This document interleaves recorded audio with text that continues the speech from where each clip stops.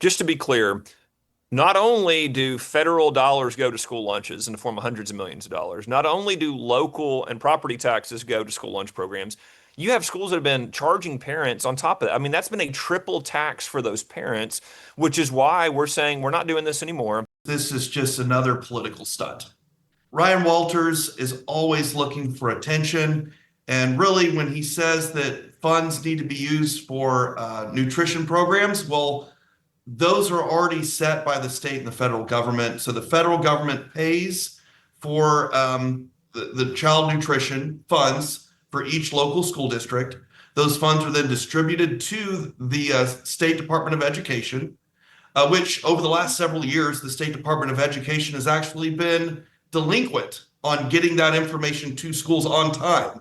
State Superintendent Ryan Walters claims Oklahoma school administrators have mismanaged funds, citing a $42 million meal shortfall paid by parents while admin salaries grew by 14%. But he says that's all about to change. Administrative costs 14% in the last few years, and they've decided to hire more bureaucrats, more administrators, more of their buddies, rather than prioritize students. So what we're saying is you are now going to prioritize students. There's no reason in 2025 that a kid should be walking down the halls not having lunch because they didn't have money in their account. Their parents paid for it through their taxes. But John warns the plan could hurt schools that rely on federal grants to feed students and says Walters' record doesn't align with his message. And in reality, if we really want to talk about who is not wanting to feed our kids, all right, Walters supports the new bill that just came out from the federal government that cuts $186 billion from SNAP benefits, which will impact a lot of our low-income students and families. Governor Stitt last summer, he refused SNAP benefits just for children in Oklahoma during the summer, and Ryan Walters applauded him for it.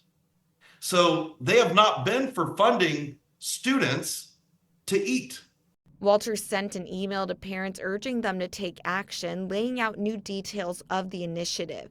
Those standards call for removing ultra-processed foods, toxic dyes, seed oils, and vending machines that dispense sugary drinks and processed snacks. Walters says districts that don't comply will face audits, and he's calling on parents to sign a school meal reform petition on the State Department of Education website.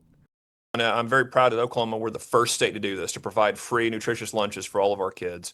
And number two, look, our parents and kids deserve it. We have got to move away from an education system that has favored administrators and bureaucrats over kids, and we've got to shift.